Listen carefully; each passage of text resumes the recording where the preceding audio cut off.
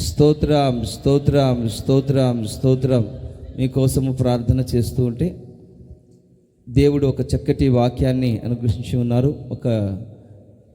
మన విశ్వాసుల ఇంటిలో ఒకరింట్లో వెళ్ళి విజిటింగ్ చేసి ప్రార్థన చేసేటప్పుడు, ఒక పాట పాడేటప్పుడు, ప్రార్థన చేసేటప్పుడు చక్కటి వాక్యాన్ని పరలోకం నుండి దేవుడు మనకు అనుగ్రహించి ఉన్నారన్నమాట.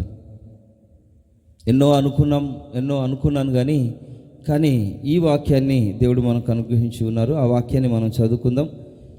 ఇర్మీయాకు రాసిన గ్రంథం 24వ అధ్యాయంలో, ఇర్మీయాకు రాసిన గ్రంథం 24వ అధ్యాయంలో 6-7 వచనాలను మనం చదువుకుందాం. వారికి మేలు కలుగునట్లు నేను వారి మీద దృష్టి ఉంచుచు ఈ దేశమునకు వారిని మరలా తీసుకుని వచ్చి పడగొట్టక వారిని కట్టేదను, పెళ్ళగింపక వారిని నాటేదను. వారు పూర్ణ హృదయముతో నా యొద్దకు తిరిగి రాగా వారు నా జను అగునట్లు నేను వారి దేవుడను అగునట్లుగా నేను యెహోవానని నన్నెరుగు హృదయమును వారికి ఇచ్చేదను. చెప్పాలి హల్లెలూయా. ప్రార్థన చేయగా దేవుడు మనకు అనుగ్రహించిన చక్కటి వాక్యాన్ని మనము ధ్యానించినట్లయితే ఇక్కడ ఏం రాయబడిందంటే, ఇర్మీయాతో దేవుడు పలికిస్తూ ఉన్నాడు. వారికి మేలు కలుగునట్లుగా, దేవుని బిడ్డలకు, ఇశ్రాయేలులకు మేలు కలుగునట్లుగా. ఎందుకంటే వాళ్ళ పరిస్థితి బబులోనులో తీసుకుని పోయిన తర్వాత దేవుడు ఒక చక్కటి వాక్యాన్ని వాళ్ళకు చూపిస్తూ ఉన్నాడనమాట. ఒక దర్శనాన్ని ఇర్మీయాకు చూపిస్తూ, మందిరం ఎదుట 2 గంపలు ఉన్నాయి, ఆ గంపల్లో ఏముంది అని అన్ని విషయాలు అడుగుతూ ఉన్నాడనమాట. చూడండి, వారికి మేలు కలుగునట్లుగా ఆ దర్శనము చూపించిన తర్వాత కొన్ని విషయాలు అక్కడ అన్నీ రాయబడి ఉన్నాయి. దాంట్లో మంచి అంజూరపు చెట్లు, తర్వాత జబ్బు కలిగించే అంజూరపు చెట్లు కూడా అక్కడ ఉన్నాయన్నమాట. చూడండి, అందరూ దేని మీద లక్ష్యం ఉంచుతారంటే మంచి వాటి మీద, మంచి అంజూరపు చెట్టు మీద ఏ విధంగా లక్ష్యం ఉంచుతారో ఆ విధంగా నేను కూడా నా బిడ్డలైన యూదుల మీద లక్ష్యం ఉంచుతానని చెప్తున్న మాట సందర్భం. అయితే వారికి మేలు కలుగునట్లుగా నేను వారి మీద దృష్టి ఉంచుచు. చెప్పాలి హల్లెలూయా. దేవుడు మనకు మేలు కలుగునట్లుగా ఏం చేస్తారంట? దృష్టి ఉంచుతూ నడిపించబడుతూ ఉంటాం మనం. దేవుని యొక్క కనుదృష్టి మన మీద ఉండాలండి. దేవుని యొక్క కనుదృష్టి మన మీద ఉండాలి.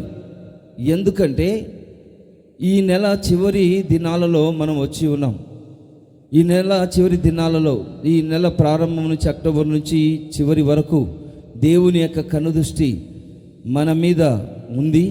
కానీ ఈ దృష్టి ఇంకా మళ్ళీపోకుండా, ఈ దృష్టి వేరే వాళ్ళ మీద వెళ్ళిపోకుండా, మన మీద కాకుండా, అలా ఉండకుండానట్లుగా నా మీద దృష్టి ఉంచుము అని మనం ప్రార్థన చేసుకోవాలండి.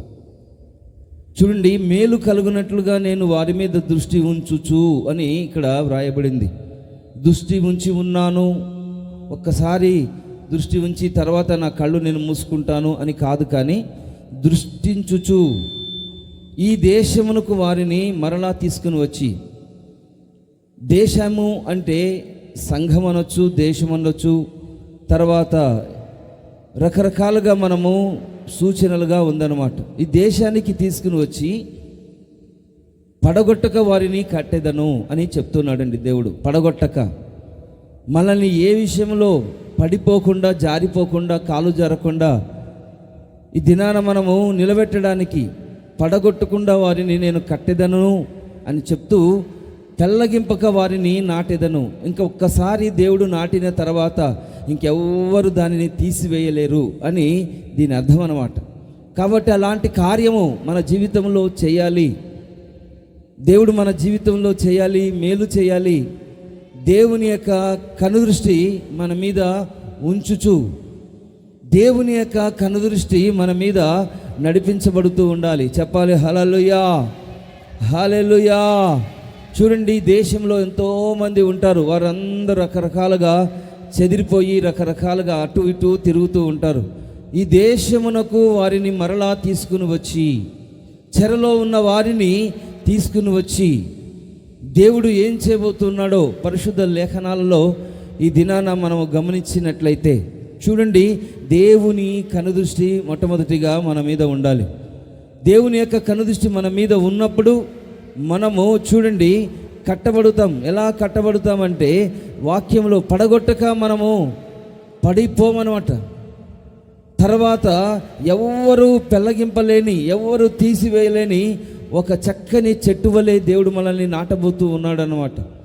కాబట్టి మన జీవితంలో దేవుడు ఇలాంటి కార్యములు చేయనట్లుగా దేవుని యొక్క కనుదృష్టి మన మీద ఉండునట్లుగా మనం ప్రార్థన చేసుకోవాలి. చెప్పాలి హల్లెలూయా.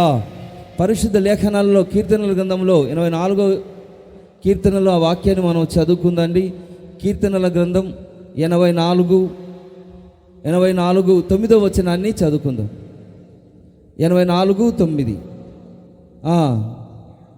దేవా మా కేడమా దృష్టించుము, నీవు అభిషేకించిన వాని ముఖమును లక్షింపుము. దేవుడు ముందే చెప్పాడు, మంచి పండ్ల మీద ఏ విధంగా ప్రతి ఒక్కరూ దృష్టి ఉంచుతారో, అంజూరపు పండ్ల మీద దృష్టి ఉంచుతారో, అదేవిధంగా నా జనుల మీద నేను దృష్టి ఉంచుతాను. దృష్టి ఉంచిన దేవుడు ఎలాంటి వాడంటే మనకు ఒక కేడముగా ఉంటూ ఉన్నాడు. చెప్పాలి హల్లెలూయా. నా కేడమా నా మీద దృష్టించుము. కేడము అంటే అర్థం ఏంటంటే రక్షణ కల్పించే ఒక కవచనం లాంటిది.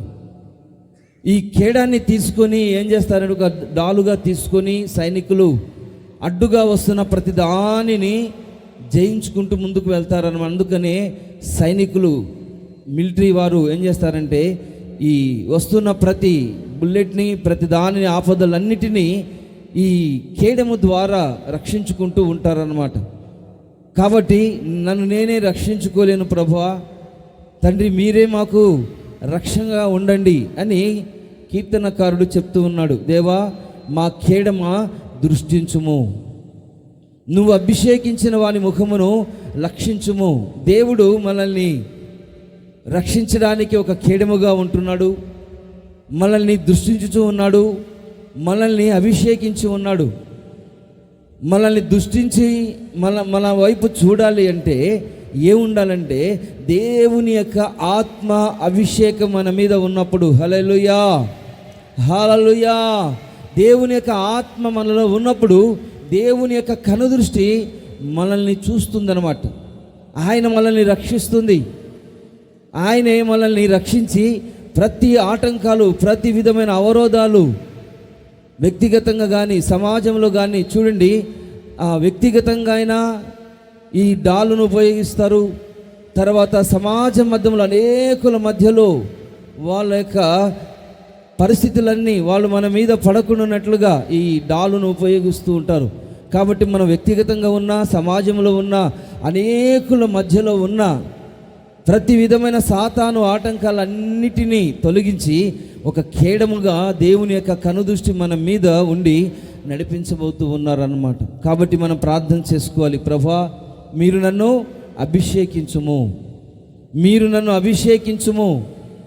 ఎలా అంటే ఆయన అభిషేకిస్తే సంవత్సరం మొదలుకొని సంవత్సరం అంతం వరకు, అంటే అక్టోబరు 1వ తేదీ నుండి ఇంతవరకు దేవుడు మనల్ని ఏం చేసి ఉన్నారంటే ఈ మాసపు చివరిలో తీసుకుని వచ్చి ఉన్నారు.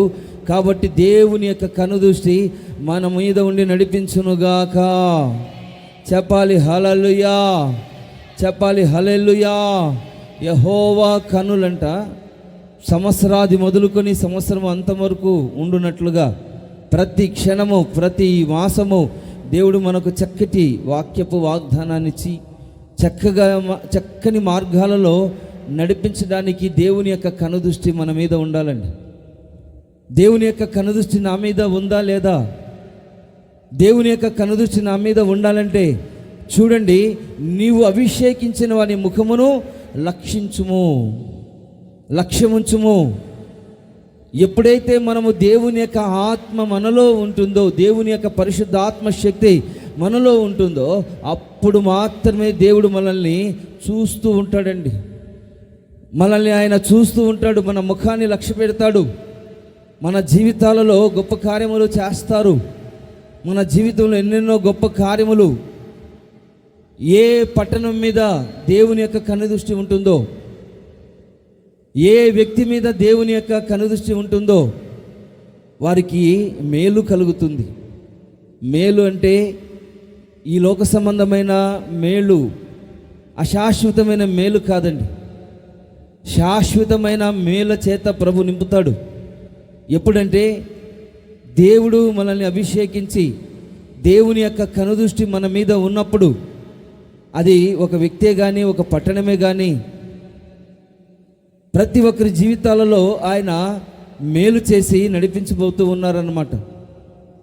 కాబట్టి ఈ దినాన మనము దేవుని యొక్క కనుదృష్టి మన మీద ఉన్నప్పుడు ఎలాంటి కార్యములు దేవుడు చేస్తాడు, ఏ విధంగా నడిపిస్తాడు, ఏ విధంగా ఆశీర్వదిస్తాడు, ఎలాంటి పరిస్థితుల్లో కూడా దేవుడు మనల్ని నడిపిస్తాడు, ఒక ఉన్నతమైన మార్గాలలో నడిపిస్తాడు ఆధ్యాత్మికముగా అనేది ఆలోచించుకోవాలి. ఎవరికి ఆయన మేలు చేస్తాడంటే, ఎలాంటి పరిస్థితుల్లో ఆయన మేలు చేస్తాడో పరిశుద్ధ లేఖనాలలో మనము గమనించినట్లయితే చదవండి. కీర్తనల గ్రంథం, ఆ వాక్యాన్ని మనం చదువుకుందాం. కీర్తనల గ్రంథం 33వ అధ్యాయంలో ఆ వాక్యాన్ని మనం చదువుకుందాం. 33:18 వచనం చదవండి. 33:18 వారి ప్రాణమును మరణము నుండి తప్పించుటకును, కరువులో వారిని సజీవులుగా కాపాడుటకును యెహోవా దృష్టి ఆయన యందు భయభక్తులు గల వారి మీదను, ఆయన కృప కొరకు కనిపెట్టుకుని వారి మీదను నిలుచుచున్నది. హల్లెలూయా చెప్పాలి, హల్లెలూయా. చూడండి, ఈ వాక్య భాగంలో వారి ప్రాణమును మరణముల నుంచి తప్పించుటకు, కరువులో వారిని సజీవులుగా కాపాడుటకు అని ఇక్కడ మనం చూస్తూ ఉన్నాం.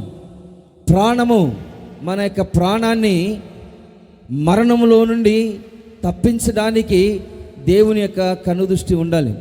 మనమే మన ప్రాణాన్ని మనం రక్షించుకోలేము, మరణములో నుండి విడిపించుకోబడలేము అన్నమాట. ఈ మరణము పాపము ఉన్న వచ్చింది యొక్క మరణం.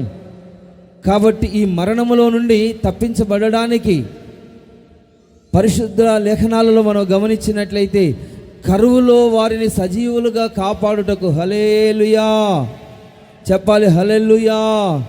కరువులో సజీవులుగా కాపాడుటకు రాబోచున్న యొక్క దినాలు పరిశుద్ధ లేఖనాలలో మనం గమనించినట్లయితే ఎన్నో కరువులు, ఎన్నో పరిస్థితులు లోకం మీదికి రాబోతూ ఉన్నాయి. చూడండి, లండన్లో ముందుగానే తెలుసుకున్నారంట, అక్కడ పరిస్థితులు ఏం బాగలేవు, కరువు రాబోతుంది అని కొంతమంది విశ్వాసులు ఏం చేస్తున్నారంటే, కొంతమంది తెలిసిన వాళ్ళు, కొద్దిగా జ్ఞానం కలిగిన వాళ్ళు ముందుగానే అక్కడికి వెళ్ళి ఒక చక్కటి బిజినెస్ ప్రారంభించి తన బిడ్డలకు ఒక చక్కటి ఉద్యోగాలు కల్పించడానికి వాళ్ళ మార్గాన్ని, ప్రణాళికను సిద్ధపరచుకుంటూ ఉన్నారన్నమాట. 2-3 కొంతమంది మనం గమనించినట్లయితే లండన్లో అలా జరుగుతుంది. చూడండి, ప్రపంచం అంతటా రాబోతున్న దినాలలో కరువు, భయంకరమైన కరువు రాబోతుంది. పరిశుద్ధ లేఖనాలలో మనం గమనించినట్లయితే కరువులో వారిని సజీవులుగా కాపాడుటకు, కరువు వచ్చినప్పుడు ఏం జరుగుతుందంటే, మనము కరువులో ఆ ఆహారం లేక ఆ భయంకరమైన స్థితిలో చనిపోయే పరిస్థితులు, బలహీనమైన పరిస్థితులు, బక్క చిక్కిపోయే పరిస్థితులు ఎదురవుతాయి అన్నమాట. ఆ దినాన కరువు వచ్చినప్పుడు ఆ పావురం రెట్ట కూడా చూడండి తినడానికి కూడా వాళ్ళ పరిస్థితి అన్నమాట. అలాంటి పరిస్థితిలో ఉంది. అలాంటి పరిస్థితుల్లో కూడా దేవుడు చూడండి వాళ్ళని కాపాడినట్లుగా మనం చూస్తూ ఉన్నాం. ప్రైజ్ ది లార్డ్, హల్లెలూయా చెప్పాలి, హల్లెలూయా. ఆయన కరువులో వారిని సజీవులుగా కాపాడుటకును యెహోవా దృష్టి ఆయన యందు భయభక్తులు గల వారి మీదను ఉన్నది. దేవుని యొక్క కనుదృష్టి ఉండాలి. ఈ కరువులో నుండి, మరణంలో నుండి అన్ని విషయాలలో తప్పించబడినట్లుగా, మన ప్రాణానికి నెమ్మది కలుగునట్లుగా దేవుని యొక్క కనుదృష్టి మన మీద ఉండునట్లుగా పరిశుద్ధ లేఖనాల్లో కొంతమంది కరువులో నుంచి విడిపించబడ్డారన్నమాట. చూడండి, ఏలియాను దేవుడు పోషించాడు.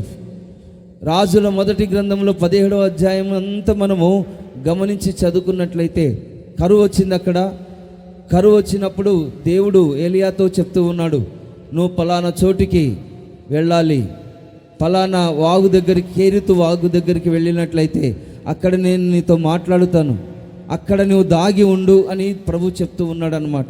కాబట్టి ప్రభు మనకేం చెప్తూ ఉన్నారంటే, కేరితు వాగు దగ్గర దాగి ఉండుమును. ఆ దినాన ఏలియాతో చెప్పిన దేవుడు మనతో కూడా చెప్తూ ఉన్నాడు, నీవు దేవుని యొక్క సన్నిధిలో దాగి ఉండము. హల్లెలూయా.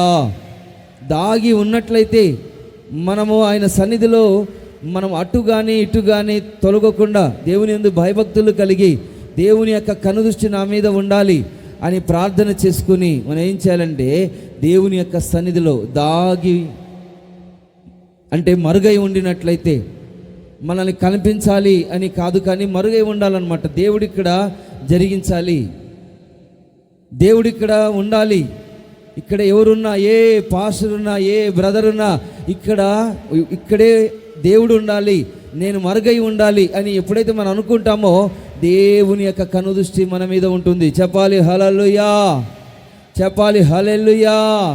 దాగి ఉన్న ఆ యొక్క ఏలియాను దేవుడు, సారెఫతు వెధవరాలు చూడండి, ఆమె దగ్గర ఏమీ లేదు, ఒక రొట్టె మాత్రమే, కొద్ది పిండి మాత్రమే ఉంది.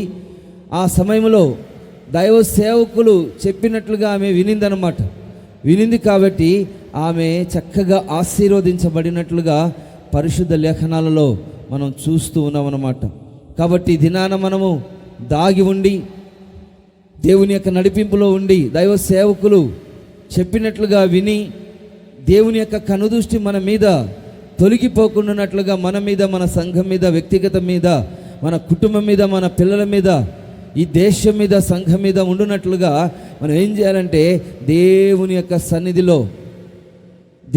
సన్నిధిలో ఆయనందు భయము భక్తి కలిగి, నా ప్రాణమును తప్పించువాడవు నీవయ్యా స్తోత్రములని ప్రార్థనా పూర్వకంగా దేవుని యొక్క సన్నిధిలో ఉన్నట్లయితే దేవుని యొక్క కనుదృష్టి ఈ లోకంలో నుండి వేరుపరచకుండా, చూడండి, ఈ లోకంలో నుండి మనం కలిసిపోకుండా మరణంలో నుంచి తప్పించి ఒక ఉన్నతమైన ఆశీర్వాదకరమైన స్థలములోనికి దేవుడు మనల్ని నడిపించునుగాక. చెప్పాలి హల్లెలూయా. కీర్తనల గ్రంథంలో ఒక వాక్యాన్ని మనం చదువుకుందాము. కీర్తనల గ్రంథంలో 102 ఆ వాక్యాన్ని మనం చదువుకుందామండి. చదవండి 102 20 వచనం చదవండి. 102:20. చెరసాలలో ఉన్న వారి మూలుగులను, చావునకు విధింపబడిన వారిని విడిపించుటకును ఆయన తన ఉన్నతమైన పరిశుద్ధ ఆలయములో నుండి వంగి చూచెనని, ఆకాశం నుండి భూమిని సృష్టించెననియు వచ్చు తరము తెలుసుకున్నట్లుగా ఇది వ్రాయబడవలెను. ఈ వాక్యంలో మనం గమనించినట్లయితే చెరసాలలో ఉన్నవారి మూలుగులను వినుటకు మనము దేవుని యొక్క సన్నిధిలో మూలుగుతూ ఉన్నాము, ప్రార్థన చేస్తూ ఉన్నాము. ప్రభువా, నన్ను విమోచించండి, విడుదల కలగచేయండి, మరణములో నుండి, ఈ పాపములో నుండి, శాపములో నుండి నన్ను విడిపించండి అని మనం ప్రతి క్షణము మూలుగుతూ ఉండాలన్నమాట.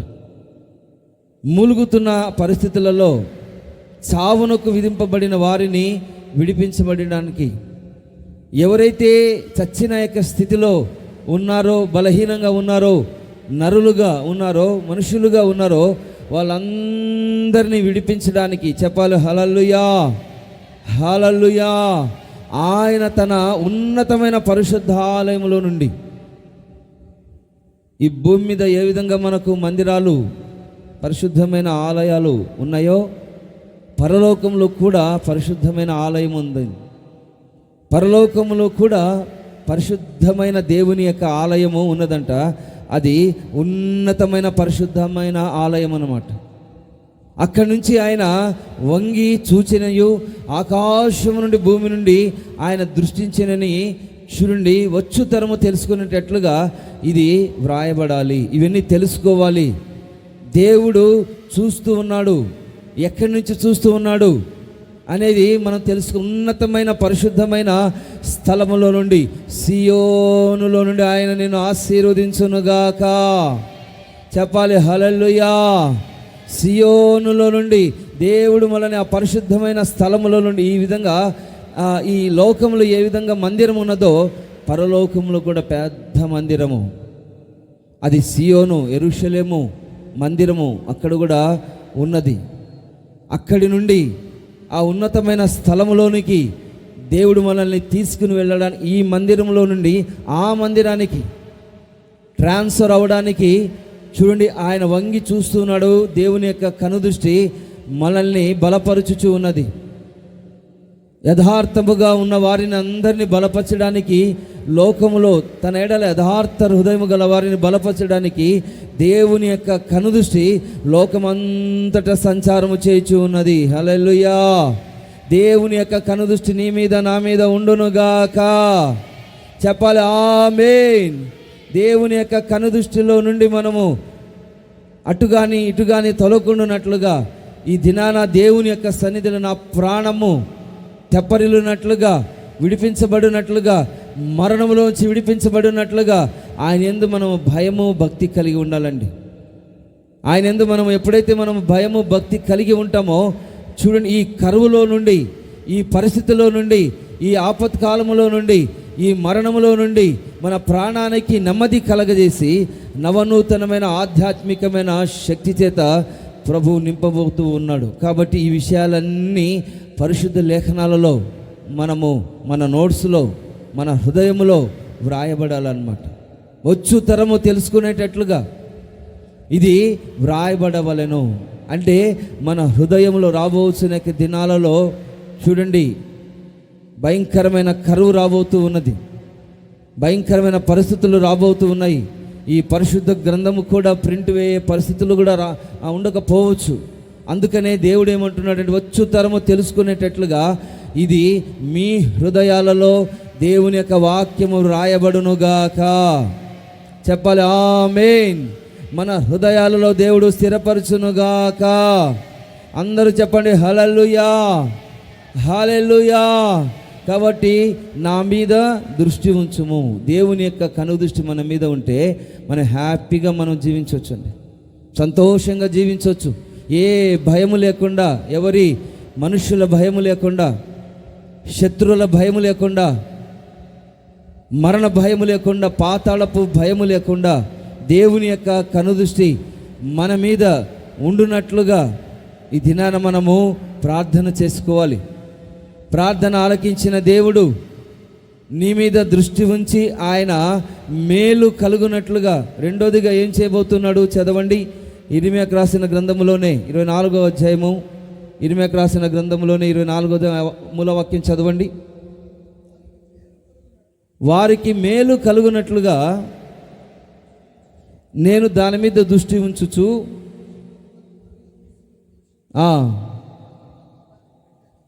కట్టెదను. చూడండి, రెండోదిగా మనం గమనించిన రెండో మాటగా పడగొట్టక వారిని కట్టెదను. అంటే ఏ విషయాలలో మనము పడిపోతున్నామో ఆయన ఏ విషయాలలో కడతాడు. ఒక వ్యక్తిని కడితే అది జారిపోదు. దేవుని యొక్క కట్టడ చూడండి, యెహోవా ఇల్లు కట్టించిన ఎడల దాన్ని కట్టువారు ప్రయాసం వ్యర్థమే. కాబట్టి దేవుడు ప్రతిదీ కట్టాలి, ఆయనే కట్టాలి. అందుకనే మనం ఏం చేయాలంటే ప్రభువా మీరే కట్టించండి. చెప్పాలి హల్లెలూయా, చెప్పాలి సంతోషంగా హల్లెలూయా. పడగొట్టక వారిని కట్టెదను అని చెప్తూ ఉన్నారు. ఎలా కడతాడైనా? ఈ మందిరం అయితే మనము మెటీరియల్ ద్వారా, రకరకాల మెటీరియల్ ద్వారా మనం కట్టుకోవాలి. కానీ పడగొట్టక, ఇంకెప్పటికీ పడగొట్టకూడదు ఆ మందిరం అంట. ఆ మందిరము ఆత్మ సంబంధమైన మందిరం. ఇది ఎవరు పడగొట్టలేరు, ఇది ఎవరు కట్టలేరు అన్నమాట. ఇదైతే ఈజీగా మనం కట్టుకోవచ్చు, డబ్బులుంటే ఈజీగా కట్టుకోవచ్చు అన్నమాట. ఇది పెద్ద సంగతేం కాదు. మనము కాంట్రాక్ట్ ఇచ్చేస్తాము, దేవుడు మనకు సహాయం చేస్తాడు, కట్టేస్తాం. పెద్ద కలవరం చెందాల్సిన అవసరం లేదు. మనం టెన్షన్ పడాల్సిన అవసరమే లేదనమాట. దేవుడు ఇస్తూ ఉంటాడు, మనం కడుతూ ఉంటాం. కాబట్టి పడగొట్టక వారిని కట్టేదను అని దేవుడు చెప్తూ ఉన్నాడు. చెప్పాలి హల్లెలూయా. ఇది పడగొట్టేస్తాం మనం. ఏది? పాత రేకులన్నీ పడగొట్టేస్తాం, పాత గోడలన్నీ పడగొట్టేస్తాం, మరలా కట్టుకుంటాం అన్నమాట. కానీ ఇక్కడ చూడండి, ఒక్కసారి దేవుడు కట్టిన తర్వాత ఇంకెవ్వరునూ దానిని పడగొట్టలేరని దేవుని యొక్క వాక్యం సెలవిస్తూ ఉంది. కాబట్టి ఇలాంటి జీవితము పడగొట్టక, ఎవ్వరూ పడగొట్టక కట్టబడినట్లుగా ఒక వ్యక్తిని దేవుడు కడితే ఎవరు జారిపోరు, దేవుని యొక్క సన్నిధిలో స్థిరంగా ఉండిపోతారన్నమాట. అలాంటి జీవితం మనకు కావాలా, లేకపోతే ఈ లోక సంబంధమైన జీవితంలో కట్టబడాలా అనేది మనం తీర్మానం చేసుకోవాలండి. ఆయన ఏ విధంగా కడతాడో పరిశుద్ధ లేఖనాలలో కొన్ని విషయాలు మనం గమనించినట్లయితే చదవండి. యెషయా గ్రంథంలో 54వ అధ్యాయంలో, యెషయా గ్రంథం 54వ అధ్యాయంలో ఆ వాక్యాన్ని మనం చదువుకుందాం. 11వ వచనం చదవండి. ప్రయాసపడి గాలివాన చేత కొట్టబడి ఆదరణ లేక ఉన్నదానా, నేను నీలాంజనములతో నీ కట్టడలను కట్టుదును, నీలములతో నీ పునాదులు వేయుదును. హల్లెలూయా. నిద్రపోయి వాళ్ళందరూ చెప్పండి హల్లెలూయా. కాబట్టి దేవుని యొక్క వాక్యాన్ని మనము గమనించినట్లయితే, ప్రయాసపడి గాలివాన చేత కొట్టబడి ఆదరణ లేక ఉన్నదానా, ప్రయాసము చేత, ఈ లోక సంబంధమైన శోధనల చేత, గాలివాన చేత కొట్టబడుతూ ఉన్నాం మనం. రకరకాల పరిస్థితులు మన జీవితంలో ఉన్నవి. ఆదరణ లేదు, నెమ్మది లేదు, సమాధానం లేదు. అందుకనే దేవుడు ఏమంటున్నాడంటే, నీకున్న యొక్క పరిస్థితి నాకు తెలుసు, నేను చూచుచున్నవాడను అని ఆయన తెలియజేస్తూ ఉన్నాడు అన్నమాట.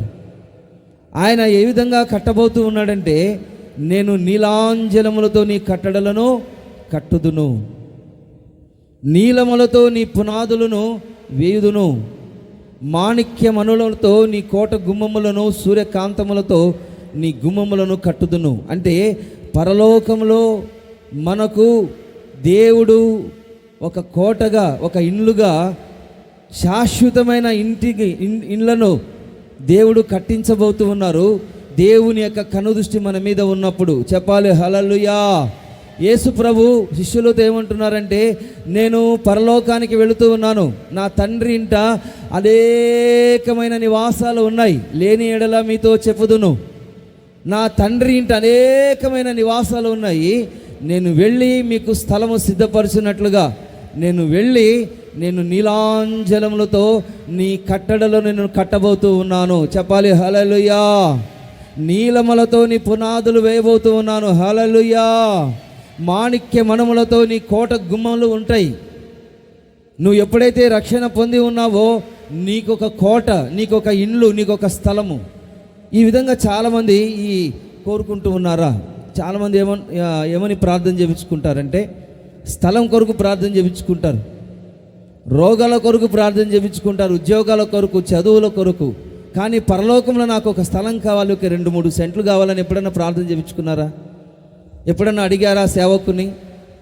శనివారం కానీ, ఆదివారం కానీ, సభలలో కానీ ఎక్కడ చూసినా మా కుటుంబం బాగుండాలి, మా పిల్లలు బాగుండాలి, మాకు ఉద్యోగాలు రావాలి, మేడ మిద్దెలు కట్టుకోవాలి అనే ఆలోచన, ఆరోగ్యం బాగుండాలి, మా పిల్లలు ఉద్యోగాలు రావాలి, స్థిరపడాలి అని అనుకుంటారు. కానీ పరలోకంలో నాకు స్థలం ఉందా? ఎన్ని సెంట్లు ఉన్నాయి? పరలోకంలో ఇంత కావాలి నాకు ప్రభా అని ఎప్పుడైనా అడిగారా? ఇక్కడైతే 1.5 సెంట్లు, 2 సెంట్లు, 3 సెంట్లు, 5 సెంట్లు ఖచ్చితంగా అడుగుతారనమాట. ఖచ్చితంగా అడుగుతారు. ఎప్పుడు ఇన్ని సంవత్సరాలైంది ఏ ఒక్కరూ నాకు ఒక్క విజ్ఞాపన చేయలేదన్నమాట. అయ్యా నాకు పరలోకంలో నాకు స్థలం కావాలి, ప్రార్థన చేసి పెట్టండి అని ఒక్కరన్నా అడిగారా? ఎవ్వరు అడగలేదు, ఇంతవరకు అడగలేదండి. కానీ దేవుని యొక్క వాక్యం చెప్తుందంటే, పడగొట్టక వారిని కట్టేదను. ప్రయాసపడుతున్నావు, నువ్వు ఆయాసపడుతున్నావు, బాధపడుతూ ఉన్నావు, కొట్టబడుతూ ఉన్నావు, తిట్టబడుతూ ఉన్నావు, విసర్జించబడుతూ ఉన్నావు, ఆదరణ లేకు, నీకు ఎలాంటి పరిస్థితి నీకు కావాలి అని దేవునికి తెలుసు. కానీ ఒక్కరు కూడా అడగడం లేదు. స్వస్థతలు కావాలి. స్వస్థతలు ఎక్కడ జరుగుతున్నాయో అక్కడికి, అద్భుతాలు ఎక్కడ జరుగుతున్నాయో అక్కడ, ఎవరైతే పేర్లు చెప్తున్నారో అక్కడికి వెళ్తున్నారండి. కానీ పరలోకంలో నాకు స్థలం కావాలి, పరలోకంలో నేను కట్టబడాలి అనేది, ప్రశస్తమైన రథములతో నేను నీకు సరిహద్దులను ఏర్పరుచుదును అని ప్రభు చెప్తూ ఉన్నాడండి. కానీ ఇలాంటి ఆలోచన మనం కలిగి ఉన్నామా? ఎప్పుడు చూసినా డబ్బు డబ్బు డబ్బు. ఈ డబ్బు ఒక పెద్ద సైతాన్ అన్నమాట. దీని గురించి మనం ఆలోచించాలి. అది వస్తుంటాయి, పోతుంటాయి. దీని గురించి మనము లెక్క చేయకూడదు. దీని గురించి మనం లెక్క చేయకూడదు. దీని గురించి మనం ఆలోచించకూడదు. కానీ మనము పరసంబంధమైన సంపాదన, పరలోకంలో సంపాదించుకోవాలి అనే ఆలోచన ఈ దినాన మనం కలిగి ఉండాలండి. చెప్పాలి హల్లెలూయా, హల్లెలూయా. కాబట్టి ఈ విషయంలో ఈ లోక సంబంధమైన డబ్బు కానీ, లోక సంబంధమైన సుఖములు కానీ, ఈ లోక సంబంధమైన స్థలాల గురించి ఎంతగానో ఆలోచించి ఎంతగానో హర్యానా పోతూ ఉంటారు. అంటే ప్రయాసపడుతూ ఉంటారు, ఆయాసపడుతూ ఉంటారు, కష్టపడుతూ ఉంటారు, ఆదరణ లేక అటు ఇటుగా తిరుగుతూ ఉంటారు అన్నమాట.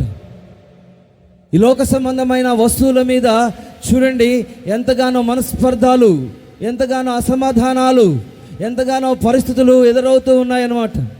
కాబట్టి దీని మీద మనం మనసుంచకుండా మనము ఈ డబ్బును కానీ, ఈ శరీరాన్ని కానీ, తర్వాత వీటినన్నిటిని కానీ మనం లెక్క చేయకుండా చూడండి, మనం దేవుని యొక్క సన్నిధిలో ప్రభువా నా కొరకు మీరు ఇల్లును కట్టించండి, హల్లెలూయా.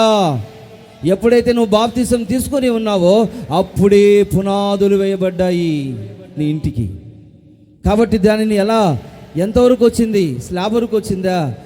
కిటికీలు వేయబడ్డాయా నీ ఇంటికి? ఆత్మ సంబంధమైన ఇళ్ళు ఎప్పుడైనా చూసావా దర్శనములో? మొట్టమొదటి దినాలలో నీ విశ్వాసిగా కొత్తగా అన్నమాట, కొత్త ప్రపంచంలోకి, యేసయ్య ప్రపంచంలోనికి వచ్చినప్పుడు ఒక బ్రాహ్మణుడు జాన్ పాల్ పాస్టర్ గారని నా కొరకు బాప్తిసం ఇచ్చినప్పుడు ఆయన దర్శనాన్ని దేవుడు చూపించాడంట. ఏంటంటే ఇప్పుడే దేవుడు నీ గురించి చూపిస్తూ ఉన్నాడు, నీ కొరకు ఇప్పుడే పునాదులు వేసి ఉన్నాడు దేవుడు. హల్లెలూయా, చెప్పాలి హల్లెలూయా. పునాదులు వేసి ఉన్నాడు. తర్వాత నీ ప్రార్థన ద్వారా, స్తుతుల ద్వారా, వాక్యము ద్వారా నువ్వు కట్టుకోవాలి. అది మనం కట్టుకోవాలి. దేవుడు సహాయం చేస్తాడు. ఎవరో వచ్చి మేస్త్రి కట్టాడండి, ఎవరో వచ్చి కట్టడం, మన ఇంటిని మనమే కట్టుకోవాలి. ఆత్మ సంబంధమైన ఇంటిని కట్టుకుంటున్నారా? ఎంతవరకు వచ్చింది మీ ఇల్లు? ఎంతవరకు వచ్చింది? ఒకసారి ఆలోచించుకోండి. అసలు మీకు స్థలం ఉందా లేదా? బాప్తిసం తీసుకున్న తర్వాత దేవునికి దూరం అయిపోయామా? పరిస్థితి ఏంటి? పరలోకంలో నాకు ఇల్లుందా అనేది ఒక్కసారి ఆలోచించారా? ఎప్పుడైనా ఆత్మ సంబంధమైన జ్ఞానముతో మనోనేత్రాలు వెలిగించబడి దేవుని యొక్క సన్నిధిలో నువ్వు అడిగావా ప్రభువును? ఎంతసేపున్నా ఈ లోక సంబంధమైన ఆలోచనలు, ఈ లోక సంబంధమైన ఇండ్లు, ఈ లోక సంబంధమైన డబ్బు, ఉద్యోగం, సుఖము. కానీ మనము ఈ లోకానికి ఏది తీసుకురాలేదు, ఏది తీసుకుని వెళ్ళలేము. కాబట్టి ఇది మనం వాడుకొని టిష్యూ పేపర్ మాదిరి అలా వదిలేసేయాలన్నమాట. డబ్బులైనా సరే, తర్వాత వస్తువులైనా ఏదైనా సరే, దీని గురించి మనము బాధపడాల్సిన, కలవరపడాల్సిన అవసరం లేదు. కాబట్టి మనం పరలోకంలో పడగొట్టక వారిని కట్టెదను. ఒక వ్యక్తిని కడితే మనం జారిపోము. హల్లెలూయా, చెప్పాలి హల్లెలూయా. 15వ వచనంలో జనులు గుంపు కూడినను వారు నా వలన కూడరు, నీకు విరోధముగా గుంపు కూడు వారు నీ పక్షపు వారగుదురు. చూడండి, ఈ వాక్యంలో మనం గమనించినట్లయితే ఈ మాటలన్నీ చెప్పుకుంటూ వచ్చి యెషయా గ్రంథం 54వ అధ్యాయము 15వ వచనంలో చదవండి. జనులు గుంపు కూడినను వారు నా వలన కూడరు, నీకు విరోధముగా గుంపు కూడు వారు నీ పక్షపు వారగుదురు. హల్లెలూయా. జనులు గుంపు కూడాలి. ఎందుకు గుంపు కూడాలి? డబ్బుల గురించి కాదు, ఈ లోక సంబంధమైన వాటి గురించి కాదు. మనం ఎందుకు కూడాలంటే చూడండి, నా వలన దేవుని వలన కూడాలి. చెప్పాలి హల్లెలూయా. దేవుని వలన ఐక్యత కలిగి ఉండాలి. దేవుని వలన మనము సమకూర్చబడాలి. దేవుని వలన మనం కూర్చోవాలి. దేవుని వలన సమస్త కార్యములు జరగాలి. జనులు గుంపు కూడినను వారు నా వలన కూడరు. నాకు సంబంధించి నాకు అనుకూలంగా వాళ్ళు కూడరు, వాళ్ళు సమకూర్చబడరు అని దేవుని యొక్క వాక్యం సెలవిస్తుంది. కాబట్టి నీకు విరోధముగా గుంపు కూడువారు ఒక సేవకునికి కానీ ఒక విశ్వాసికి కానీ గుంపు కూడువారు చూడండి మన పక్షపు వారుగా దేవుడు మార్చబోతూ ఉన్నారు. చెప్పాలి హల్లెలూయా, హల్లెలూయా. మనం గుంపు కూడినను కూడా చూడండి ఆత్మ సంబంధంగా ఆలోచించాలి.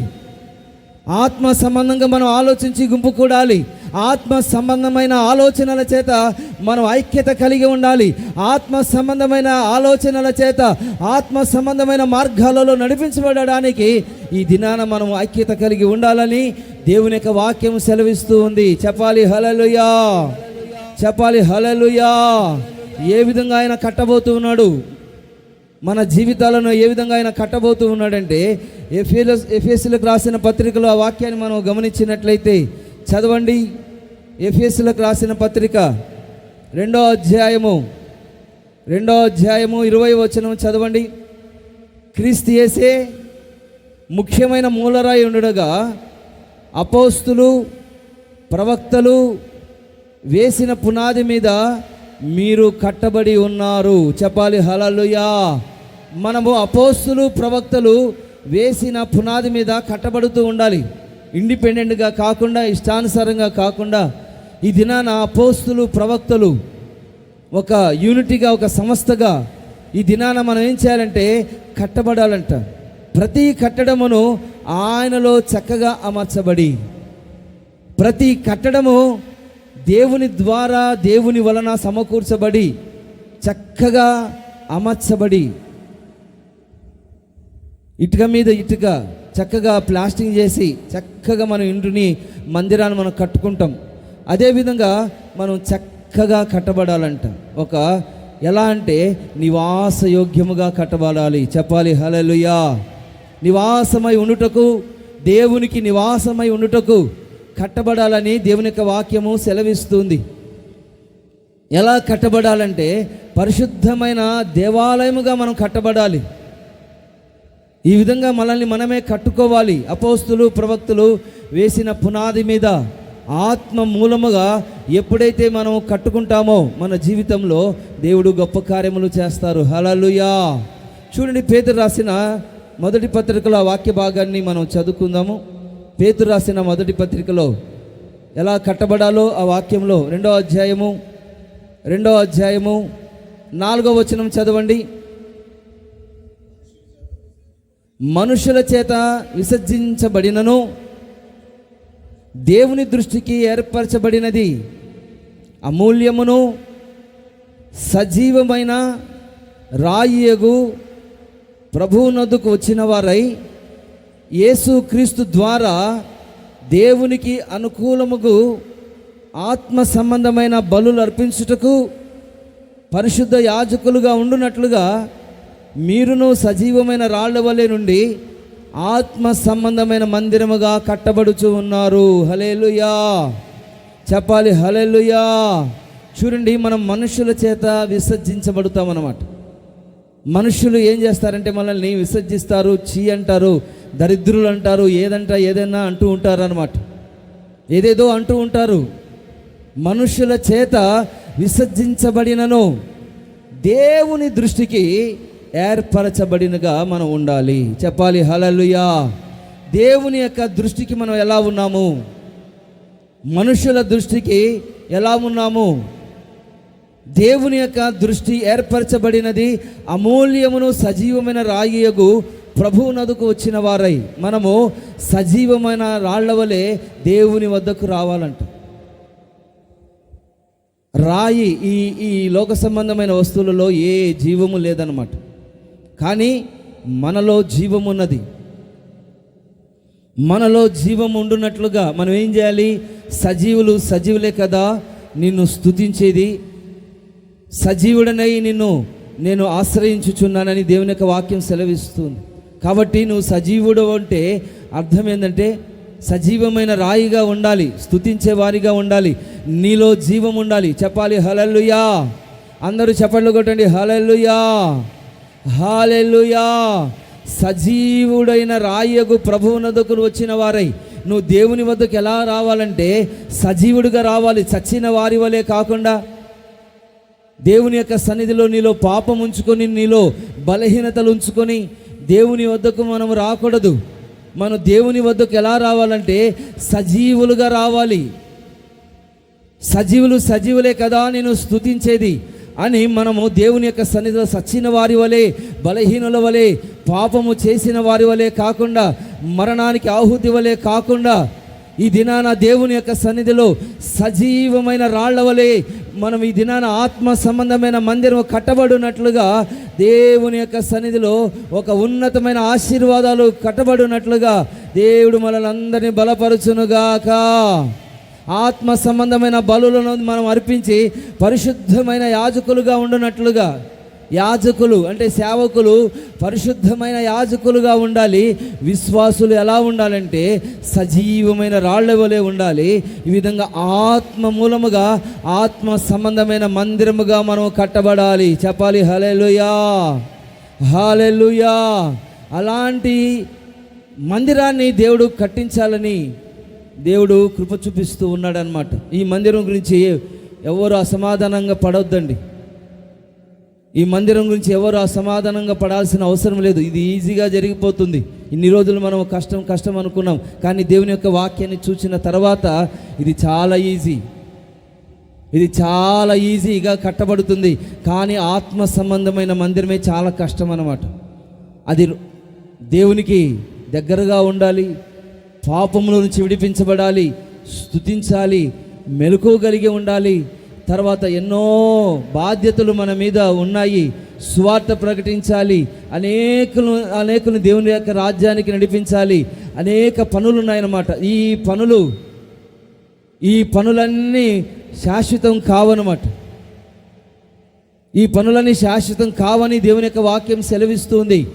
కాబట్టి ఇది దేవుడు అడుగుతున్నాడు, నాకు ఎలాంటి మందిరాన్ని మీరు కడతారు? నేను ఆ మందిరంలో నివసిస్తానా? ఎలాంటి మందిరాన్ని మీరు కడతారండి నా కొరకు అని దేవుడు భక్తులను అడిగాడు. కాబట్టి మనము ఆయన నివసించే మందిరముగా ఈ దినాన మనం కట్టుకోవాలని దేవుని యొక్క వాక్యం సెలవిస్తుంది. చెప్పాలి హల్లెలూయా, చెప్పాలి హల్లెలూయా. కాబట్టి మనము సజీవమైన రాళ్ల వలె ఆత్మ సంబంధముగా కట్టబడినట్లుగా దేవుడు మనల్ని అందరినీ స్థిరపరచునుగాక. మూడోదిగా మనము గమనించినట్లయితే చదవండి, పెళ్ళగింపక, చెప్పాలి పెళ్ళగింపక వారిని నాటెదను. పెళ్ళగింపక, ఆయన కడితే ఎవరు దానిని తొలగించలేరు, ఆయన నాటితే ఎవ్వరూ పెళ్ళగించలేరు అన్నమాట. ఒక్కసారి దేవుడు మనల్ని నాటాడనుకోండి, మనము నాటబడినామనుకోండి, అప్పుడు మన జీవితం స్థిరంగా ఉంటుంది. ఆయన నాటినప్పుడు నాటబడకపోతే నాటబడలేవు అన్నమాట. బాగా వినండి ఈ వాక్యాన్ని. ఆయన నాటబడినప్పుడు నాటబడకపోతే మనము నాటబడలేము, స్థిరంగా ఉండలేము. ఆయన నాటినప్పుడే సమయం ఉండగానే కృపాకాలములోనే మనం ఏం చేయాలంటే దేవుని యొక్క సంఘములో సజీవమైన రాళ్ల వల్లే నాటబడాలండి.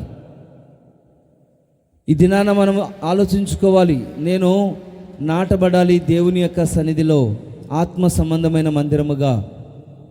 ఆయన నాటినప్పుడు మనము నాటబడకపోతే, ఆ సమయం చూడండి, సమయం మించిపోతే మనం నాట్లు వేస్తూ ఉంటాం, చెట్లు నాటుతూ ఉంటాం. నాటబడినప్పుడే అది నాటబడితే అది ఫలిస్తుందన్నమాట. లేకపోతే నశించిపోతుంది, తర్వాత చెడిపోతుంది, వాడిపోతుంది అన్నమాట. కాబట్టి దినాన తగిన సమయమునందు దేవుడు మనల్ని నాటునుగాక. అందరూ చెప్పండి ఆమేన్. ఆయన నాటినప్పుడు ప్రభువా నన్ను నాటనని చెప్పాలి. కాదు ఇప్పుడు కాదు ప్రభువా, నేను తర్వాత నన్ను నాటండి, నేను చాలా పనులుండయి నాకు, ఇప్పుడు కాదులే తర్వాత నాటండి అంటే కుదరదనమాట. ఆయన ఒక సమయాన్ని దేవుడు మనకు అనుగ్రహించి ఉన్నారు. మనము నాటబడే పరిస్థితులు, ఫలించే పరిస్థితులు, నాటబడి ఫలించి అభివృద్ధి చెందే పరిస్థితులు అన్నమాట. ఇలాంటి పరిస్థితుల్లో నువ్వు చేజారిపోతే చేసేది ఏమీ లేదన్నమాట.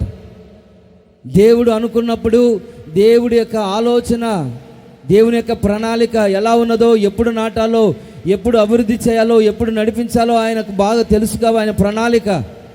కాబట్టి ఇలాంటి ఆలోచనలు కలిగి ప్రభువా దేవుని యొక్క సన్నిధిలో మనము ప్రార్థన చేసుకోవాలి.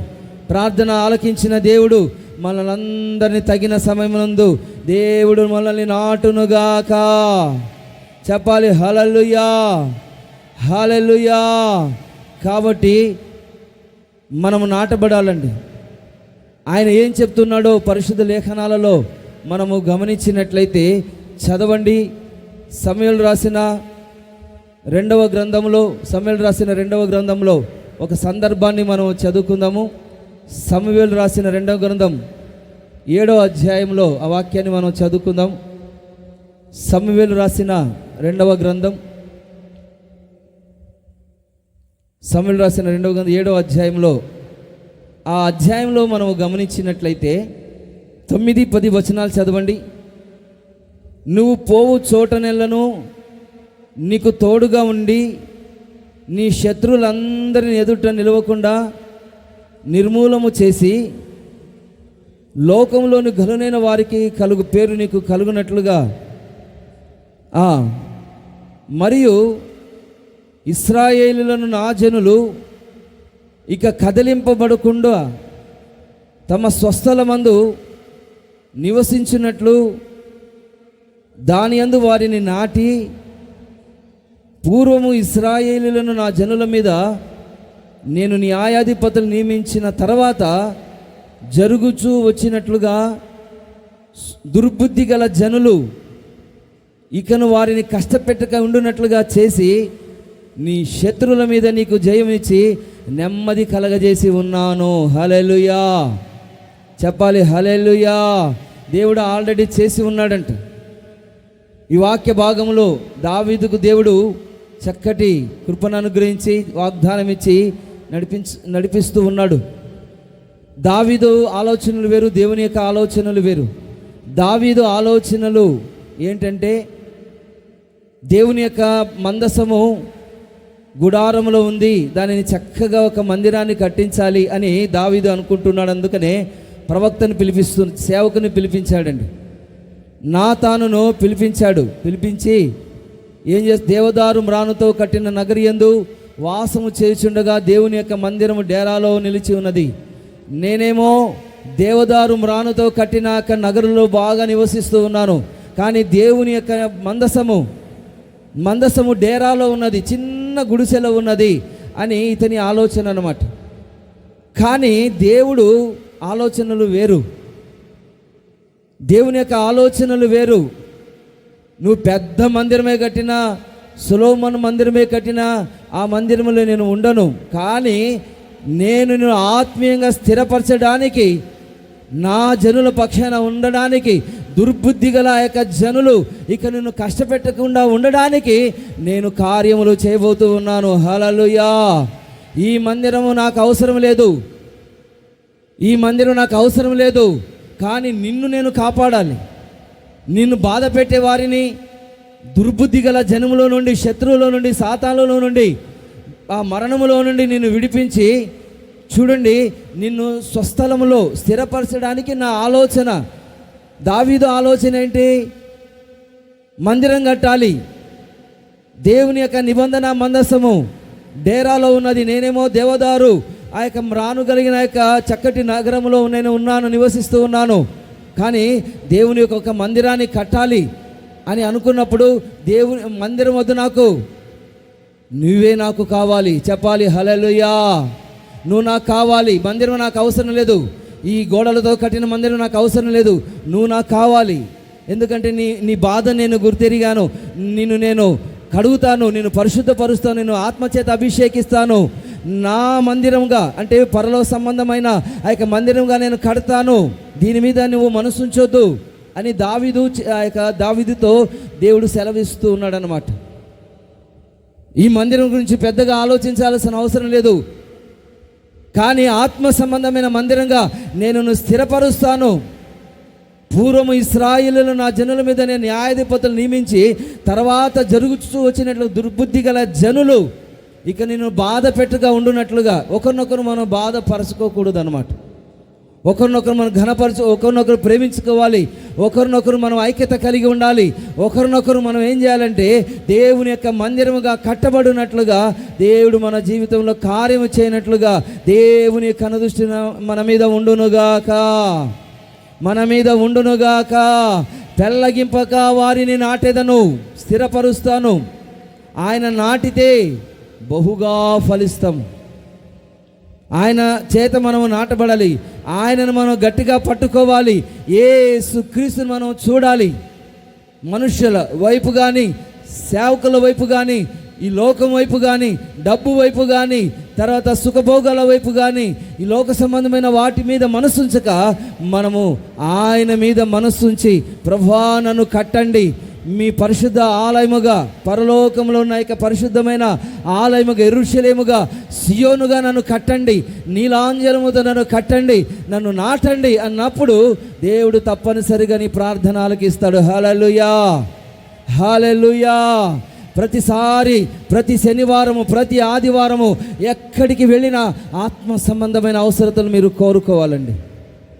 ఎక్కడికన్నా మీరు వెళ్ళండి, ఏ ప్రార్థన కన్నా వెళ్ళండి, ఇవి అడగొద్దండి. ఇంకా మీదట ఆరోగ్యం బాగాలేదు, తర్వాత ఉద్యోగం, సొంత గృహం కావాలి, తర్వాత అది కావాలి, ఇది కావాలని మనసులో మీరు ఏమాత్రం తలంచకుండా వీటిని అడుగుతూ ఉన్నట్లయితే వాటినన్నిటిని దేవుడే అనుగ్రహిస్తాడు. హల్లెలూయా, చప్పట్లు కొట్టండి. హల్లెలూయా. ఆత్మ సంబంధంగా కట్టబడాలని నువ్వు ప్రార్థన చేసుకున్నట్లయితే ఇవన్నీ చీఫ్ అండి, ఇవన్నీ చాలా ఈజీ. కాబట్టి ఆత్మీయంగా మనము దేవుని యొక్క సన్నిధిలో, దావీదు కూడా అదే ఆలోచన. తన నగరి యందు కాపురముండి నాతానును ప్రవక్తను పిలువనంపించి, సేవకుని పిలువనంపించి, నేను దేవదారు మ్రానుతో కట్టిన నగరి యందు వాసము చేయుచుండగా దేవుని యొక్క మందసము డేరాలో నిలిచి ఉండదుగా, నాతాను యెహోవా నీకు తోడుగా ఉన్నాడు, నీకు తోచినంతగా చేయమన్నాడు. కానీ ప్రవక్త ఏం చెప్పాడు? నీకు తోచినట్లుగా చేయమన్నాడు. కానీ మరలా ప్రవక్తను దేవుడు పిలిపించి, అలా కాదు, దేవుని యొక్క ఆలోచన దేవుడు తెలియజేస్తున్నాడు. మరలా వెళ్ళి నాతాను ప్రవక్త దావీదుతో అంటున్నాడు అన్నమాట, నాకు నివాసముగా ఒక మందిరమును కట్టింతువా, యెహోవా నీకు ఆజ్ఞ ఇచ్చినదేమనగా నాకు నివాసముగా ఒక మందిరాన్ని నువ్వు కట్టించగల మొగడివేనా నువ్వు అని దావీదుతో అంటున్నాడండి. నువ్వంత పాలుగాడివా, నువ్వంత మొగోడివా, నాకు మందిరాన్ని కట్టించే మొగడివా నువ్వు అన్నట్లుగా దేవుడు మాట్లాడుతున్నాడండి. కాబట్టి కాదు, నిన్ను నేను కడతాను. హల్లెలూయా. పెళ్ళగింపగా నేను నాటెదను. హల్లెలూయా. చెప్పాలి. హల్లెలూయా. సంతోషంగా చెప్పండి. హల్లెలూయా. గట్టిగా చెప్పండి. హల్లెలూయా. కాబట్టి ఆయన నాటిన యొక్క చెట్టు వలె ఉండునట్టుగా ప్రార్థన చేసుకోవాలి. కానీ దీనికోసం మనం ఎంతగానో ప్రయాసపడాల్సిన అవసరం లేదు. దీనికోసం మనం ప్రార్థన చేయాలి. అన్నీ కట్టబడతాయి, అన్నీ ఈజీగా అయిపోతాయి. మొదటి స్లాబ్ అయిపోతుంది, రెండో స్లాబ్ అయిపోతుంది, రూమ్స్ కట్టబడతాయి, అన్నీ అయిపోతాయి అన్నమాట. ఒక్కొక్కటిగా అన్నీ అయిపోతాయి. ఇది ఈజీ అన్నమాట. కానీ దేవుని యొక్క సన్నిధిలో నా కొరకు ఒక మందిరాన్ని నువ్వు కడతావా? నా కొరకు ఒక మందిరాన్ని కడతావా? స్వస్థలమందు ఈ స్థలమునందే నిన్ను స్థిరపరుస్తాను, పరలోకంలో నేను నిన్ను స్థిరపరుస్తాను. దుర్బుద్ధి గల జనులు చాలామంది ఉన్నారు, అన్య జనులు, శత్రువులు ఉన్నారు, సాతాను ఉంది. వీటినన్నిట్లో తప్పించబడాలి. దాని గురించి ఆలోచించమెందుకు అన్నట్లుగా ప్రభు తెలియజేస్తున్నాడండి. నీ సంతానాన్ని నేను నీకు సంతానము కలగజేస్తాను అని దేవుడు మాట్లాడుతూ ఉన్నారు. కాబట్టి ఈ విషయాలన్నింటిని మనం గమనించుకొని ప్రభు సన్నిధిలో బహు శ్రేష్టమైన వారిగా దేవుడు మనను కట్టునట్లుగా, పెళ్ళగింపకుండా మనం స్థిరంగా ఉండునట్లుగా, మనము ఆయన సన్నిధిలో ఆత్మ సంబంధమైన కట్టబడినట్లుగా, దేవుని యొక్క కనుదృష్టి మన మీద ఉండునట్లుగా ఆత్మీయంగా ఆలోచించుకోవాలి, ఆత్మ సంబంధంగా ఆలోచించుకోవాలి. ఎవరైతే ఆత్మీయంగా సంబంధంగా ఆలోచిస్తారో వాళ్ళనే దేవుని యొక్క కనుదృష్టి వాళ్ళ మీద ఉంటుంది. చెప్పాలి హల్లెలూయా, చెప్పాలి హల్లెలూయా. దేవుని కనుదృష్టి ఉండాలి. నేను నాటబడాలి, నేను కట్టబడాలి అని ఆలోచనలు ఎవరైతే కలిగి ఉంటారో వీటినన్నిటినీ దేవుడు సమస్తమును అనుగ్రహించి బలపరిచి నడిపించునుగాక.